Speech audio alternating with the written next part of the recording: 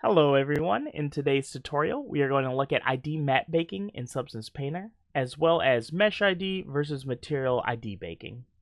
But first, let's look at why we want to do ID map baking in the first place. The first scenario is pretty straightforward. An ID map allows for fast blocking and precise control of different materials or areas on the mesh in Substance Painter and other painting softwares. So with this asset, I can quickly show you the advantages of using an ID map. So let's go to our channels and let's select ID. This is the ID map that I baked inside Substance Painter. And essentially what this is going to allow me to do is anywhere I see this purple on my ID map, I can author a unique material that will only show up where the purple is. If I want a different material for the yellow, I can create that material and have it only show up where this yellow is showing up in my ID map. So I'll hit M on my keyboard to go back to material mode, and let's look at using the ID map in our texturing process. I'll create a folder. In that folder I have a fill layer, and I'll just make it blue. You can see it's covering the whole asset, but I only want it to show up on these larger panel pieces. So what I can do is I'll go back to the folder, right click, add mask with color selection, and in the properties for that, I'll hit pick color and select the corresponding ID color, right? So that gray. And so now that blue color is only showing up on that gray. I can do the same for a different area. Let's enable this color too. It should flood the whole thing. Right click, add mask with color selection, pick color, and let's pick this yellow. And now that orange is only showing up. So this is a really quick and easy way to define different materials. In this case, I'm kind of using it just to showcase different color areas of probably the same material. But really, I use this method to differentiate different materials on my mesh. Another scenario where you can utilize these ID maps is in other software packages, again, to isolate and control specific parts of the model through the texturing process. So in this example, in Unreal, I have a material, and what I'm doing is I'm using that ID map, or a modified version, just because I only needed these two parts of the model, and I'm using that to drive a mask to allow me to control the color in Unreal. So if I go to my material instance, you can see here I can enable the first and second color, and I can tweak those parameters.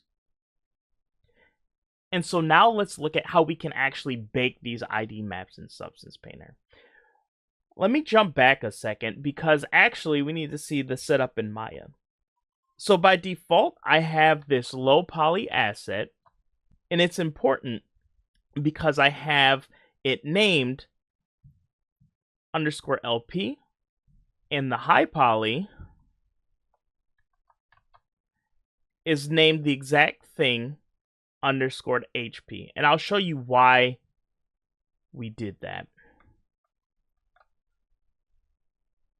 So back in Substance Painter, let's select our asset, go to texture set settings, bake mesh maps, and let's import that high poly. Okay, let it load in.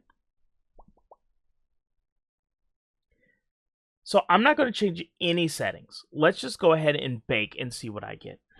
Once the bake is done, we'll go to return to painting mode, and we can see what I have. This looks pretty good. If I zoom in, however, I can see I have some spillage, right? Now you can control that. You could maybe adjust the cage to alleviate that. You could also play with the AA sampling to kind of help with some stair-stepping stuff. But really, I can use Bake by Mesh Name. And what that's going to do is if I jump back into Maya real quick,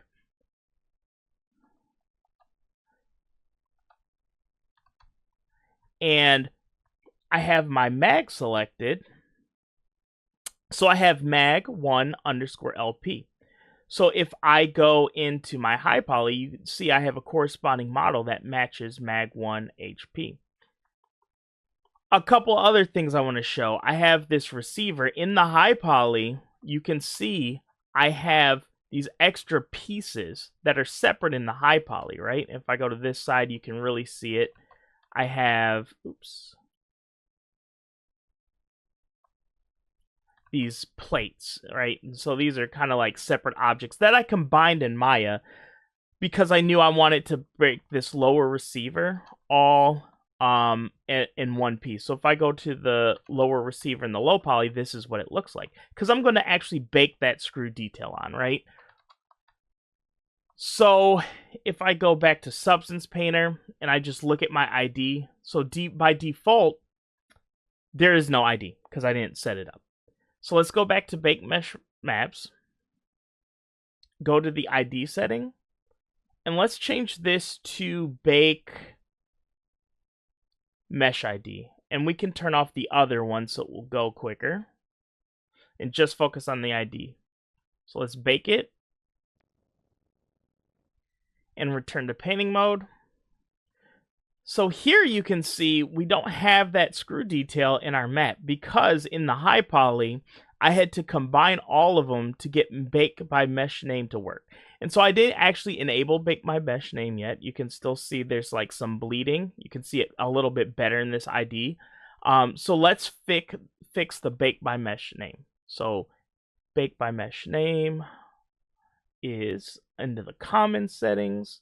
So we'd actually need to bake all these. But now our ID map is working, and we'll switch this from always to by mesh name. In my example, in Maya, I use the tag _LP. So all I need to do is change the _LP and the high to _HP, because that's how I'm differentiate them in my scene. And you can see I have no errors. If you have any errors, Substance Painter does a good job letting you know, hey, you got some names that don't match, but all my names are good. So now I'm going to bake again. It's going to take a second. Return to painting. Now you can see we have that clean bake now. And I'll hit M, and you can even see here we don't get the bleeding anymore because we're baking by mesh name. But because we're baking it by mesh name, you don't get that. You don't get the difference, right, in the ID.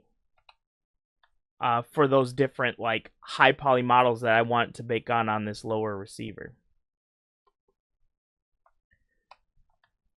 So if we were to kind of use bake using the mesh, we essentially need two high polys, right?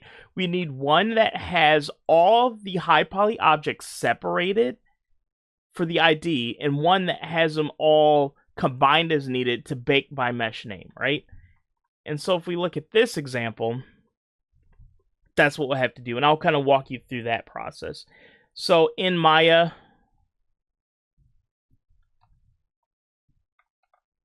basically you have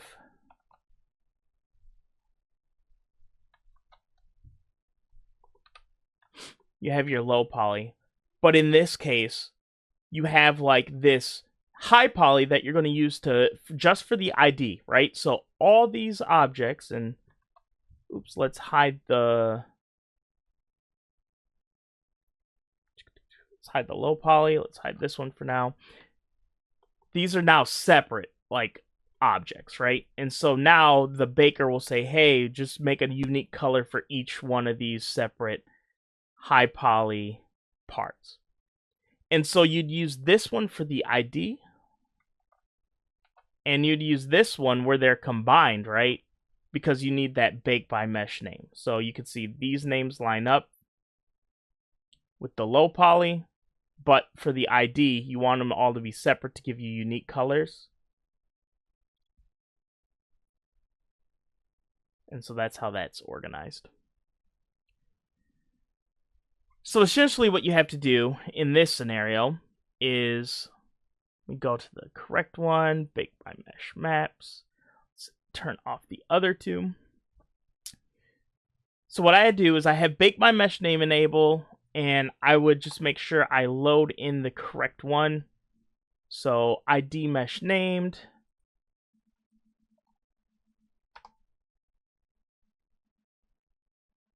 And so what I would do as I'd bake this. I don't really need the ID. I can do it again, but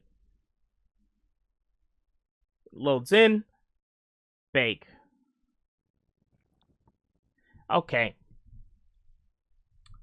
So let's return to painting.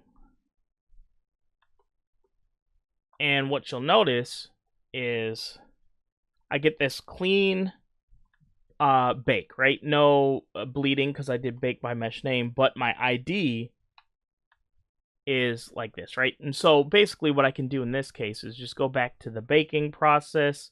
Let's unassign that high poly. Let's add in the one that all the high poly objects are kind of separated into their own. So I believe that's going to be this one for me. And let's turn off because we need to keep the nice baking for like the normal map, the AO, and all that stuff. But for the ID specifically, we need to rip it, right? They need to be separate. So we'll do this. Bake by mesh name no longer works. So if I tried to bake this, it wouldn't work because we have errors. So we'll switch this back to always, and let's bake. Return to paint mode. And so now you can see, boom, it's harder to see, but this is a different hue. Now the issue with this method though is because I'm no longer using bake by mesh names to get the ID, I get the bleeding, but only in the ID bake, right? So if I go back to this mode, I don't get bleeding because I did bake by mesh name. So to kind of make things the cleanest, right? This way I'm using like two different high polys, right? And so I got to basically bake everything once and then just the ID a second time. And even with that method, I'm getting the bleeding in the ID. And so I like to use this method using the materials, because I'll be able to do bake by mesh name and I'll still get clean bakes. I won't get that artifacting because I'm using bake by mesh name. So in Maya, here's my low poly. The low poly hasn't changed between any of these, just the position for the purposes of this demo. Named the same in the high poly. They're all named the same. The difference is in the high poly, I assigned unique colors to the different meshes. So you can see this receiver is still one piece, right? Because they all need to be grouped together. These little screws, the back plate and those screws, they need to be grouped together in order to utilize the bake by mesh name function. However, by assigning a unique material to those objects within the one high poly object, I can extract that and use that for my ID bake. So if you're unfamiliar, you can actually like go in, double click, as long as the meshes are disconnected, right? You can select them, and I can assign, let's do pink, just so you can see. Within the single object, you can assign a unique color, right? And so the other advantage to this way is, and we'll see it in Substance Painter, but like I know like all these screws are going to be the same material, right? So I can just assign that green to all the screws. The method I used before, the mesh ID map, it assigned a unique color to each screw. So I'm going to have to select those multiple times, which isn't that hard, but it's just like one more thing you can do to save time. And if you're thinking about like, oh, all these are the same material, so why not just make them the same ID so I can just do one color pick, you know? All right, so that's in Maya. That's what we need to set up for that. So let's take a look at it in here. I hit M. Let's go to our last one, bake mesh maps. We only want to bake this one. And like I said, the nice thing is with the material, we're only dealing with one high poly. So I'll load that in. It's going to take a second. And I need to make sure I have bake by mesh name so I don't get any of that bleeding. Let's go to the ID, and instead of using mesh, we're going to switch this to material color. And I think that's all we have to do. Let's hit bake and return to painting mode, and let's see what we got. All right, so you can see here, we don't get any bleeding. Let's see if we get any bleeding in the ID. We do not. And you can also see we combine all the screws to be the same color. Right? And so that's kind of like the 3 different ways. It depends on your situation. Like maybe this one is perfectly fine for what you're trying to do, you know? If you want those screws to be the exact same material as this, then they don't have to have a unique ID, right? So let's quickly just kind of test our bakes out. Let's just quickly grab a smart material for this first one and apply it. And we'll grab a bronze to put on top. So here you can see, we'll add a black mask. We can't do mask with color selection because, oops, I always click that on accident. Because when we go to pick color, those screws are not there because we just did the naming convention, right? That's all we were worried about. We weren't really worried about the high poly. So like those pieces are all considered one object in the high poly. So we can't use it in this scenario. Now, like I was saying, you select that piece, and if you want the screws to be the same color as that works fine, right? So in that scenario, it's fine. But if we want these to be a different color, it's like, oh, we would have to add like a paint effect and use our brush and actually like paint where it shows up, right? And so you just have to be careful with that. It could bleed. You cannot do like a polygon select, right? Or fill, because it's only looking at the low poly. That's the polygon. That's the triangle right there. So there's, you know, that's only in the bake information that you're seeing that screw detail. All right, so looking at the second one, this one works, right? So let's go here. Kind of use those same 2 materials. What was it? The iron forge. The bottom. And we want the screws to be like a bronze. Right? So this one's easier though, because I can do right click, add mask with color selection. And again, this was using all the different ones, all the screws are a different high poly object, right? So I could have combined all the screws into one high poly object on their own, and then you kind of get the same effect as using the material method. But again, we have to worry about this aspect right here, where I believe we have some color, some baking bleed in the ID matte bake, because all the ambient occlusion, curvature, that's all baked using mesh name, so you won't get that bleeding. However, for the ID, the names don't match up. You can't use bake my mesh name, and so you see the bleeding in the ID. A lot of the times, I use this method a lot because most of the time, like the bleeding is not significant enough where you notice it. Like if we're all the way back here, you do not notice that, right? And so it's like, can I get away with this method? That's fine, you know. But kind of the best of all worlds is going to be this last method. So let's go there. Let's add the forged iron. Let's add that bronze. And I'll right click, add mask with color selection on the bronze, and boom. So not only is it just the one I selected, right? Because they all the screws share that color. So all throughout the model, all the screws that I assigned in Maya that green will be that color, right? And so this is my preferred method, is using the material one. A little bit of work in Maya to assign those materials, but it's really, really convenient. And so, yeah, I hope you enjoyed this tutorial. I hope you found it useful, and I will see you in the next one.